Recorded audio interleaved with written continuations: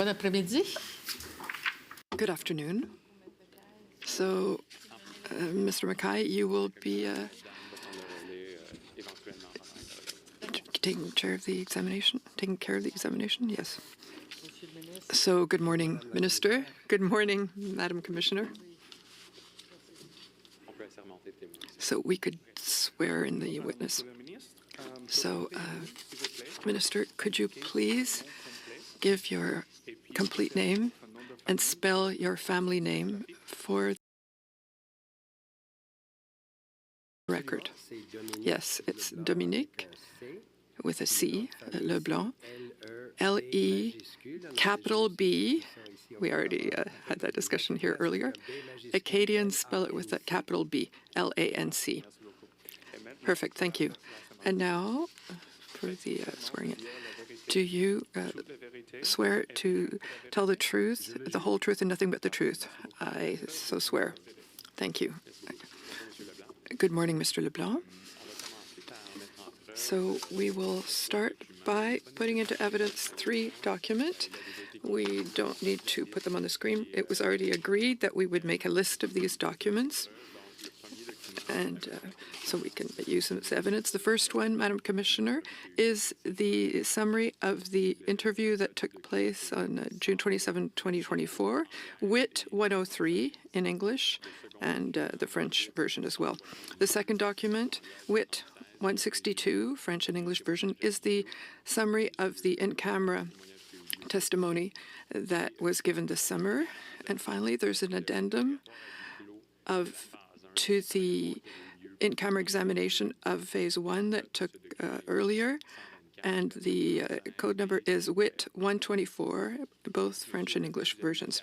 So, Mr. Leblanc, you've had the opportunity to review the 3 documents that I've just mentioned before coming here today. Answer, yes. Question, do you have any corrections or any additions?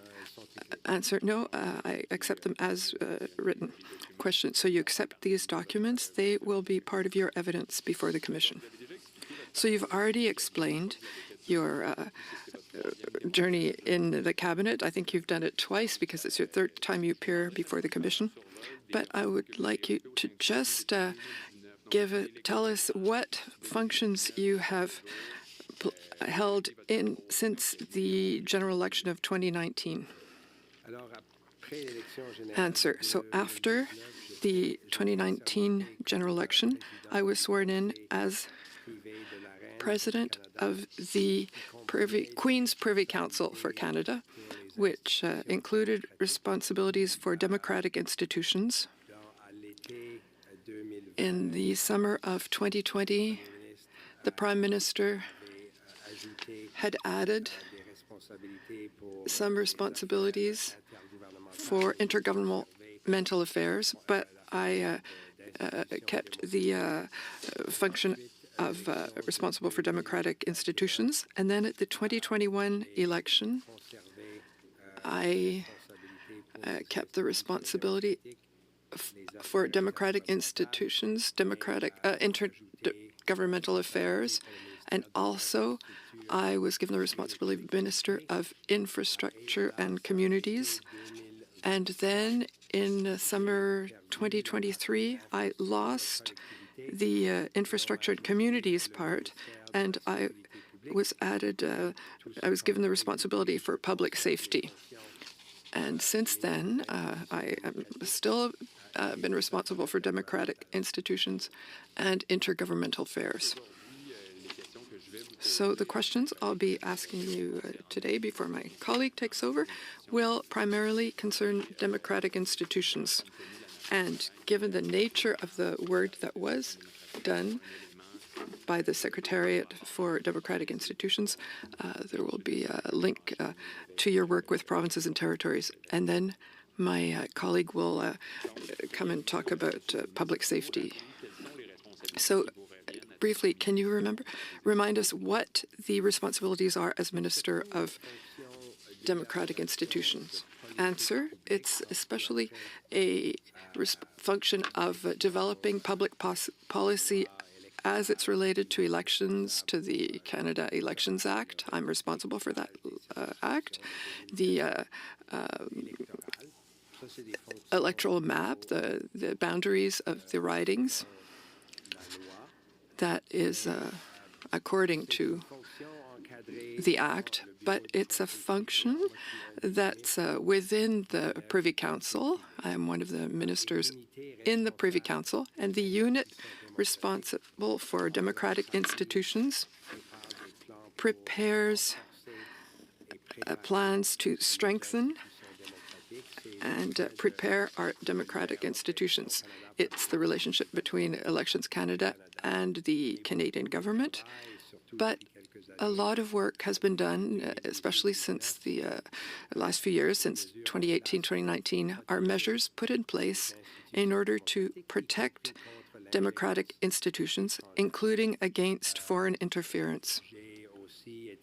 I've also been responsible for presenting to Parliament bills to amend the Canada Elections Act, but it's especially about working with the unit in the Privy Council. You heard Al Sutherland, who works with me, testify, but also to participate throughout the country with civil society, with nonprofit organizations in order to discuss democracy in Canada, to encourage people to vote. What can we do to increase electoral participation? And also, what can we do to ensure that institutions in Canada are ready to deal with the increasing threat of foreign interference?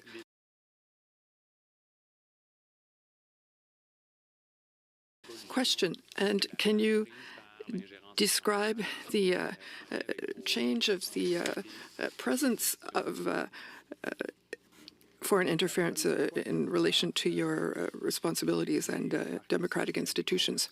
Answer, the first time I participated in conversations on the issue of protecting and our democratic institutions, making them more resilient and making the Canadian population more resilient in the face of foreign interference. It's when my colleague Karina Gold, who had these functions, came to the cabinet with a first plan to protect democracy.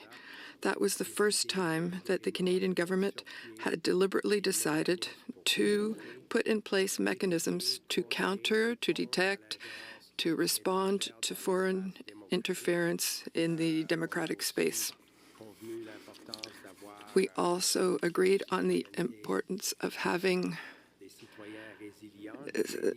resilient citizens, of working with civil society, with universities, with researchers, with a view to adding more voices in the context of misinformation and disinformation, how to ensure that Canadians can trust in their sources of information. And that was the first time that the Canadian government deliberately decided to create mechanisms. So you probably know the panel of five, the Prime Minister, the task force site. It was the beginning of an effort that continued to evolve after that, according to the threat that changes and that is increasing. We developed before the 2021 elections some improvements. We strengthened the initial plan, the one from 2018-2019. I worked with my colleagues in cabinet on this. There were events, be it the pandemic or the invasion of Ukraine by Russia. There were many pressures. There was a lot of turbulence abroad, which meant that the context of disinformation and misinformation became more and more important to counter, to identify it and counter. So Canada, within the G7, adopted a role with the rapid response mechanism at GAC. So it was an evolution. It was making the Canadian population more aware And I would say, finally, the decision supported by all parliamentarians to create your Commission of Inquiry, Madam Commissioner, that's a part of shedding light on the threat of foreign interference to ensure that what we've done is to strengthen and evolve over time, thanks to the advice of experts like Jim Judd and Mark Rosenberg, the report of the Parliamentarians Committee, to the public safety agencies. There has been a lot of work. I think this commission was the important gathering to get Canadians to know what had been done and how we change in order to counter this threat. Question, you've mentioned several points in what you said. The first thing I would like to hear about is the work that you did in the second version of the plan to protect democracy. And there we can see a synthesis of the amendments in the report that you co-signed with the former Privy Council clerk. So I would ask if CAN 25-135 could be put up on the screen. And we could immediately go to page 5. It's the English version that we have on the screen, but we do have the French version available on the Commission site and the Canadian government site. Could you just remind me of the date of this document? It was in spring 2023. The minister could confirm the exact date. If memory serves me, I think it was spring 2023, but I don't have the months. No, that's fine. I just needed to orient myself. So, Mr. Leblanc, we can see in the middle of the page that there are 4 axes.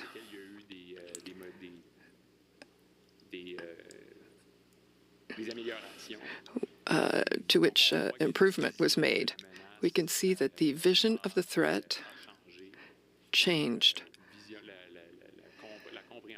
The understanding of the government about the threat. Centralized leadership in terms of information and the issue of resilience of institutions and citizens. And then below we can see the recommendations made by Mr. Judd, which were implemented in the second version of the plan. And we could go to the following page to see the other recommendations. So in terms of the amendments made to the plan, we see that you were the minister responsible. Can you explain why? You've already said why, but there's one recommendation that was not implemented in terms of the broadening of the mandate to the pre-electoral period. So you gave 2 reasons in your examination. I'd like to know why this recommendation was not implemented. So you're talking about the cabinet directive to the panel of 5 DMs presided by the Privy Council office of 4 other deputy ministers in terms of their public communications about an interference. Mr. Judd's recommendation was to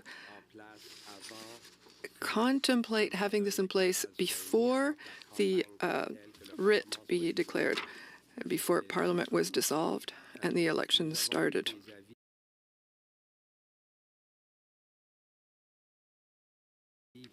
We received very clear opinions from jurists that the ministerial responsibility, the ministerial authority, ministerial powers, and the accountability of the government before the dissolution of Parliament remained in place.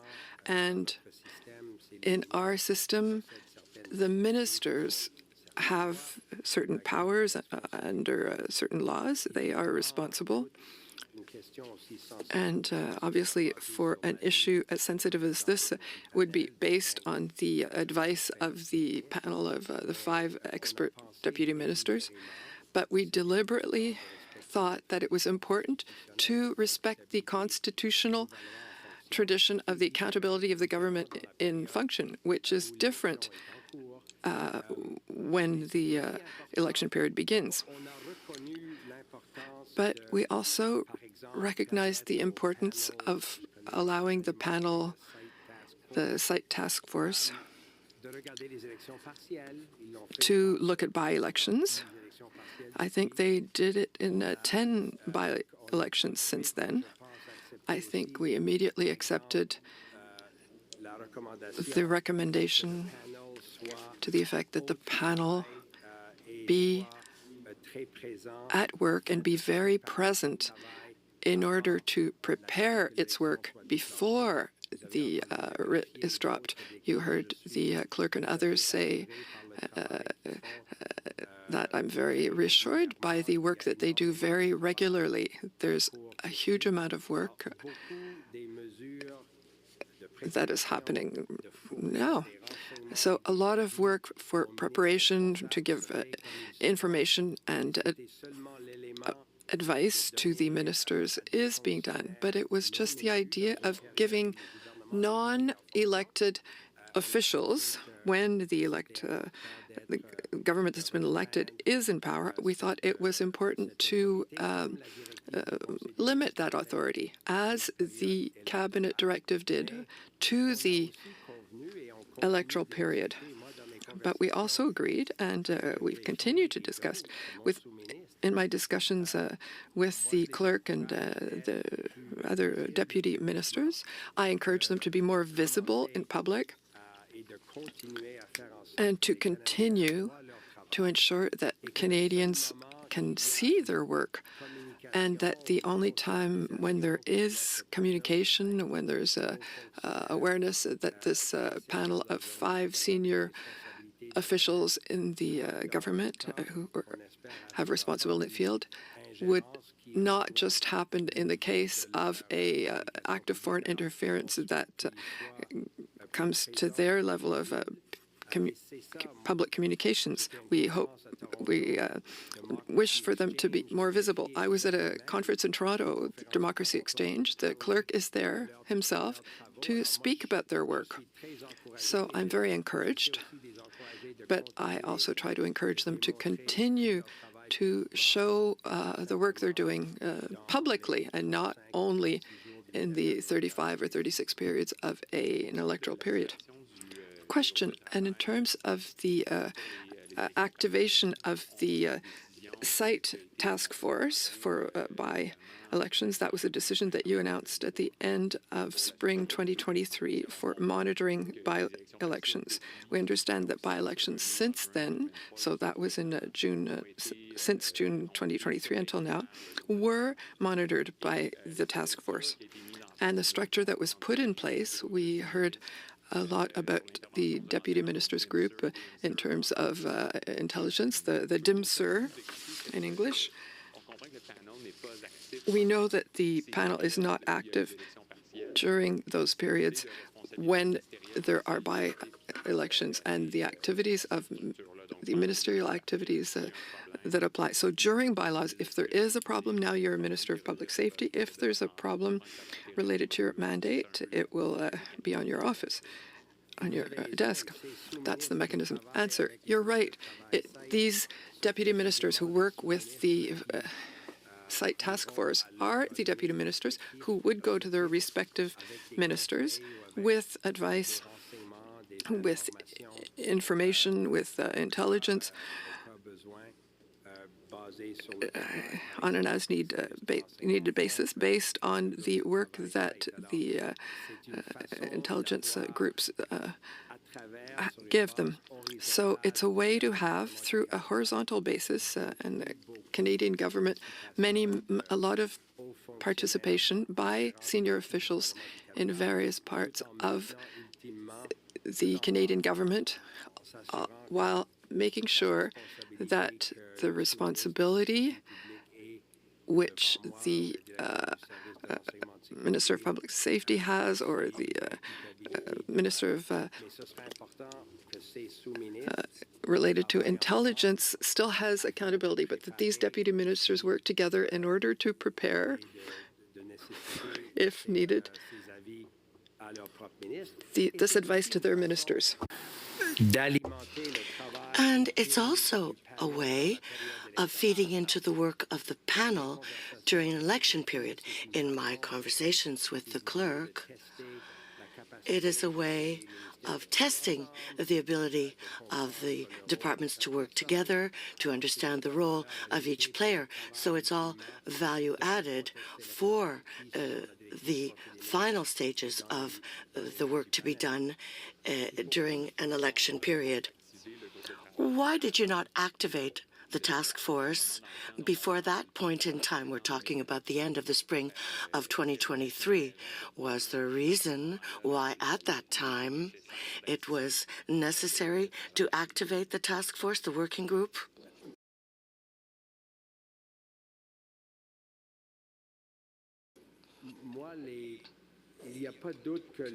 There is no doubt that the evolution of the threat increased.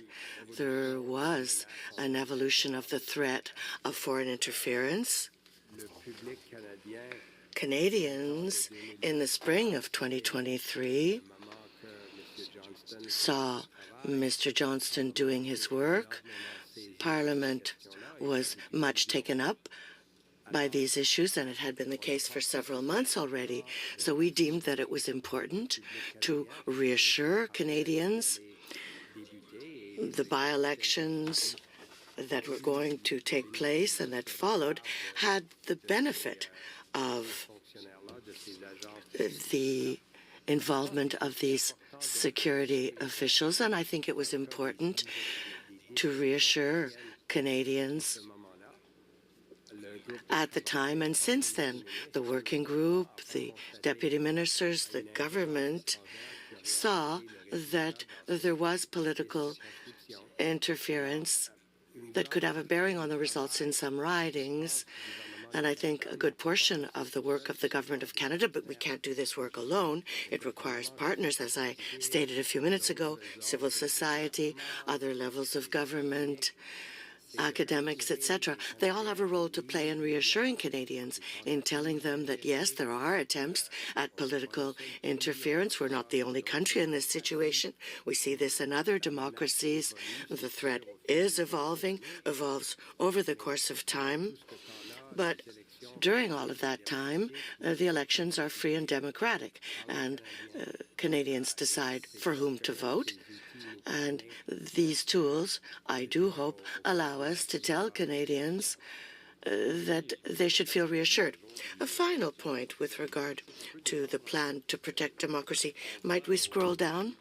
We see in the first paragraph a statement made by Canada with regard to the integrity of online voting. Your mandate was to renew the 2.0 plan based on Cabinet's decision. So you renewed this with digital platforms. Might you briefly explain to us what your role was and what is the role of this statement tying in with the integrity of online voting?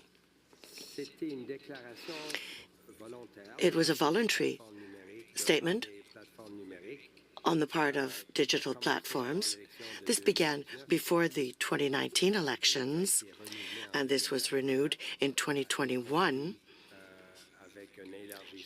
And there was also a broadening of the platforms that signed on to this declaration. The idea was to recognize that more and more, in an electoral context, these platforms have a responsibility, that of providing information to voters, of relaying information that Canadians are seeking out in an electoral context. But it's not Radio-Canada, it's not CTV, it's not necessarily mainstream outlets.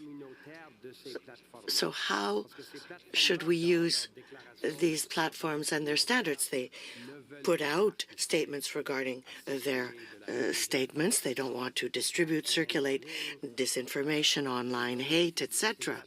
These platforms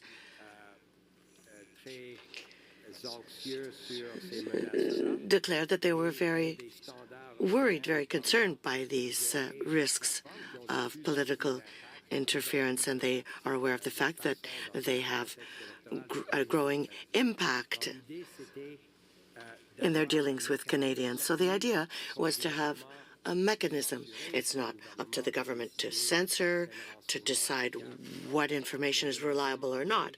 Rather, the idea was to ask these platforms to accept their own responsibilities in order that they remove content that would be clearly disinformation provided by a hostile foreign state. An awful lot of countries, other countries did this. I discussed this with Mayorkas, my American counterpart, at a recent G7 meeting. At another meeting 2 weeks ago, I discussed this with the British minister. They just held general elections in the UK, so other countries are also involved with these platforms. We started this work in 2019. We renewed it in 2021, and even over that short period of time, the number of platforms increased. WeChat, for example, is more present in these conversations. You heard Al Sutherland from Privy Council. At my request, he is preparing the next integrity declaration for online activity. And 3 years ago, the situation might have been slightly different, but I think it's the level of awareness of Canadians that is the most important factor. At the same time, we're working with civil society and other groups to encourage Canadians to question the information that they consume in an electoral context. All this must be done at the same time. Question. If we scroll down further, we see that there's mention of the protection of democracy, potential gaps, next steps.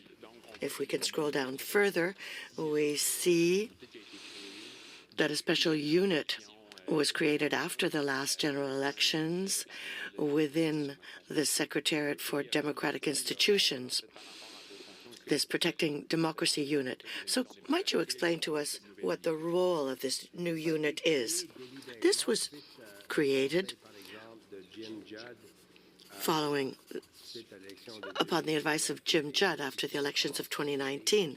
We wanted to ensure that within a central agency of the Government of Canada, Privy Council, the Privy Council office is that structure. So the idea was to have independent players working within Privy Council in order to ensure on a horizontal basis throughout the Canadian government, be it Canadian heritage, be it electronic surveillance units for national defense, public safety, etc. The idea then was to have a way horizontally to ensure that there was a concerted effort to protect democracy.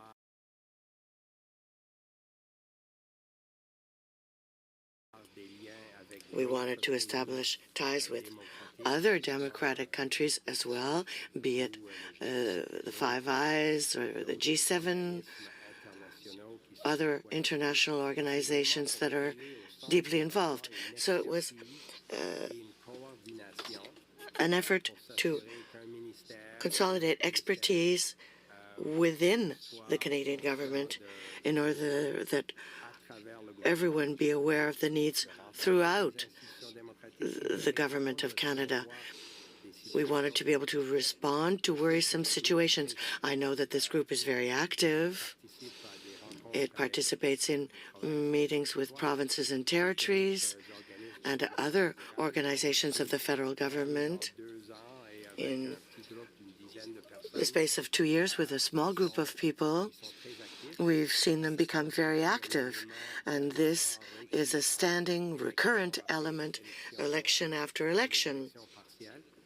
for by-elections as well. And this unit is becoming a center of expertise, and I'm hoping that other levels of government, Aboriginal governments, provincial, municipal governments, well, I'm hoping that this unit will help us share best practices with other jurisdictions and share all of this information throughout Canada. Question. In your view, what is the role or the sharing of responsibilities between the federal government and other levels of government, provinces, territories, but also other interveners, municipal governments within provinces, etc.? In your view, what is their role with regard to the sharing of responsibilities, and what's the role of the Canadian government vis-à-vis these other levels? Answer. I believe we must be very present so as to be able to share information. We might discuss this later on, but we adopted a bill to counter foreign interference in the spring, in June, and this gave our CSIS authorities new tools to allow them to share information with other levels of government, including highly classified information. The first exchange was with the Premier of BC after the passage of the bill. So this is one measure amongst many others. But be it the Protecting Democracy Unit or the Secretariat for Democratic Institutions in Canada, I know that they're very present with their counterparts in the provinces and territories so as to be able to share, be it guides, work plans, or the participation in meetings. I found it wonderful that in July, the Privy Council Clerk, Mr. Hannaford, met with his counterparts in all the provinces and territories during the Council of the Federation meeting in Halifax. And Mr. Hannaford went to Halifax to meet with his counterparts from all of the provinces and territories, and he dealt with the issue of protecting democracy. The idea is truly to offer assistance. I was Minister of Intergovernmental Affairs for several years. We mustn't interfere in the workings of a province. We must be there to share, offer advice, receive advice in turn, because in these other jurisdictions, these players see these threats as well. I am confident in knowing that Elections Canada is working with its counterparts in the provinces and territories as well with regard to the electoral mechanics. But just to give you an example, tomorrow morning I'm going to Yellowknife in the Northwest Territories to meet Arif Virani. We'll be meeting with the Ministers of Justice and Public Safety of the 13 provinces and territories, and I'll be bringing with me officials, the coordinator for in the fight against political interference, Sébastien. He'll be with me for these discussions with the Ministers of Justice and Public Safety and Security. But this work is done at several levels on an ongoing basis, starting with the clerk or Sutherland, the Assistant Deputy Minister, and his team. They're very present in these meetings with their counterparts in the provinces and territories. But we're open, as I was saying, to share best practices, share suggestions, share working documents, but they too have a responsibility in their jurisdiction to take the necessary measures. Question. Another issue now, Mr. Minister. During your second appearance, so the last time you appeared before the Commission, last April, you explained that at the time, before becoming Minister of Public Security Safety, you weren't a consumer of detailed information on precise issues relating to political interference. You talked about more general briefings on the situation overall, and you had access to more detailed information in May 2023. This came after the leaks from the media. You received more precise information, and I would ask you to put up on the screen the summary. It's WIT 124, please. And so you, yes, you were asked during the last evidence on a specific briefing in May 2023 with the Privy Council clerk and other ministers. And so I'm wondering if we could scroll down to paragraph 2. Related to intelligence on Mr. Chong's being targeted by the RPC, or the PRC rather. Could you confirm that this is your evidence, that before that meeting in May, you never had access to any intelligence about Mr. Chong? That was something new for you.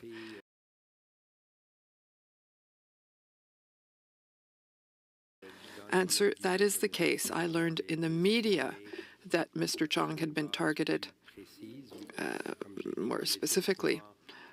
As I said, I was aware of the evolution of the threat. I often spoke with the officials of the Privy Council who were often discussing with CSIS and others. There is a unit on intelligence and public and national security at PCO. So I trusted that in our conversation they would reflect the intelligence or the access to intelligence. They would reflect important information for preparing our policies. But details about one person, one parliamentarian, one particular case, I was not aware of that, including what was on the topic of Mr. Chong. And if we go down further, we can see that during the in-camera questioning, you were asked about some notes of someone's responsible for the Prime Minister's office related to a question that was asked during a meeting in which he took part, which included allegations of foreign interference. What can you say publicly? Answer, it was a meeting chaired by Ms. Charette, the clerk at the time, and you're right, there were 4 ministers, and we were a small group. We also had the advisor on national security. And there, an agent of the intelligence on national security talked to us about their intelligence about Mr. Chong. And at one point, they said that the Chinese government was doing research about Mr. Chong. I'm not an expert in the specific terminology of intelligence or of the police. And for me, research, so doing a Google search on someone, is different from going to work in a much more threatening context to try and meet people who were close to this person. I imagine that carrying out research on someone can be a wide range of things, with an aspect that might be more threatening than other. So I was asking them to explain what that meant to carry out research, that the Chinese government had decided to carry out research about a certain person. What did that include? What does that research process include? That was my question, because I wanted to make sure that I understood what that meant. Question. At the end of the paragraph, we can see you remembered during that examination that the information given by CSIS did not correspond to what was circulating in the media about Mr. Chong. So about that particular aspect, what can you tell us publicly? Answer, I have to be careful because I don't think that I could give an explanation that goes beyond that. The details about what the intelligence officer shared with the group, but I was surprised after his explication or her explication when I looked at some comments in the public media concerning the idea of the threat represented by the Chinese government. So I was wondering if that was related to what I'd heard there. Question. Another thing I'd like to ask you about is the work that's in course for the updating for the Plan to Protect Democracy, version 3 of this plan.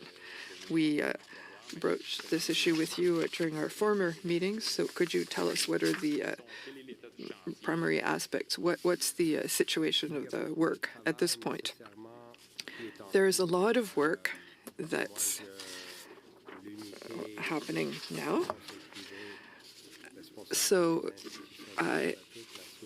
the unit responsible for democratic institutions, the Deputy Minister and Al Sutherland and the people who work with them are working in order to develop options so that I can go to the Cabinet at one point. There's a lot of work being done for preparing various policy options.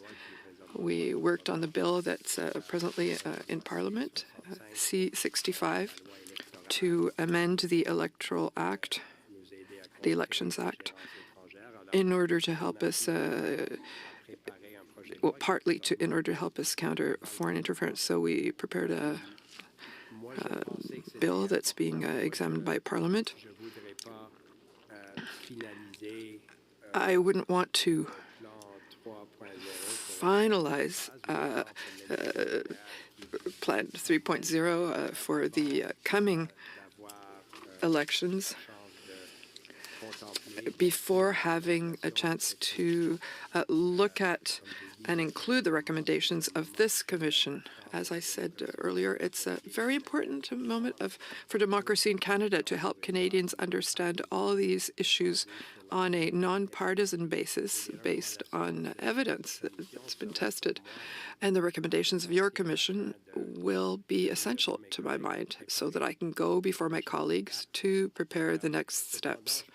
However, I think it's important to say that I have total confidence that, say there were an election before the beginning of winter 2025, that all measures that are in place are solid.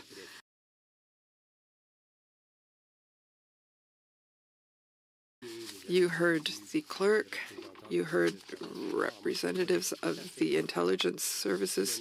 I have complete confidence that if there's an election before Cabinet can adopt version 3.0, that the measures in place, the bill that was adopted to counter foreign interference in June, and the work of your commission in order to help Canadians and the diaspora communities to understand this, I have total confidence that we can have elections that would be carried out in total safety.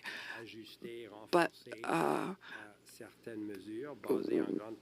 for this, we could strengthen some measures. We couldn't do that, rather, without having the recommendations of the Commission.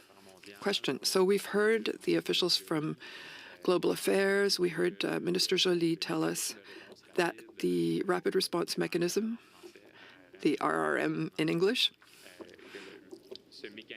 that this mechanism is a group that you hope would focus on the international situation in terms of disinformation, and that the domestic surveillance of disinformation, misinformation in Canada during elections, hoped that that responsibility, internal responsibility of RRM, be entrusted to another entity, another part of the government. So in terms of the future, what is your point of view on that possibility of having another entity that would be responsible for misinformation, disinformation at the domestic level? Answer. Well, it's a question of government machinery, and that is the purview of the Prime Minister. I understand that the need at Global Affairs to do the work as we agreed with our allies of G7 in an international context must be huge. The amount of pressure, the amount of work is huge. Imagine the context of the war in Ukraine and amongst many other conflicts in the world. So I know they're very busy. They're not a group that's very large in terms of the number of people working there. I acknowledge that. However, I think they've done major work on the domestic context as well, maybe in part because of the expertise that they acquired in helping other allies of Canada or in observing the international context. So I'm completely open to see if maybe at Privy Council it would probably be in the Protecting Democracy Unit, maybe that mandate could be expanded. But every time that we speak, I know that in the end, it's not the federal government that must be the arbiter of truth in a political context. Hostile governments that are trying to destabilize our government probably have ministries of truth and information. We're not that kind of a country. A modern democracy wants solid discussions on and exchange of ideas, of political ideas, and the government must help must do work. Well, it's maybe one thing in the international context, but we have to be careful. Some people immediately point the finger and say, you see, the government is starting to censor things. You have to be aware of that.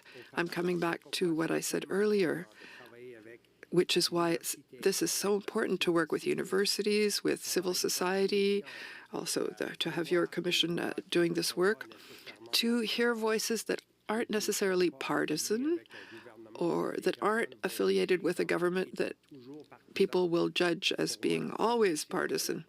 For me, the protection of democracy should never be a partisan issue. All the partisan actors must wish for us to have the strongest democracy in the world. And I think that's the case for the great majority of people. But we have to be very careful before using this. Imagine the eventual criticisms if it's in a department that reports to the Prime Minister. So I think with public broadcasters, the essential mandate is very important with CBC Radio-Canada, and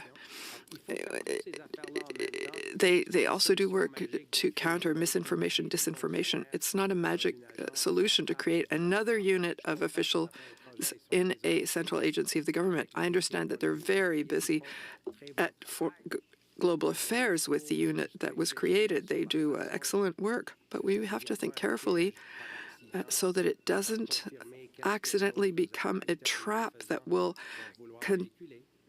confirm what some malign actors want to confirm. Thank you, Minister. Madam Commissioner, that's all for my questions. I'll leave the place to my colleague.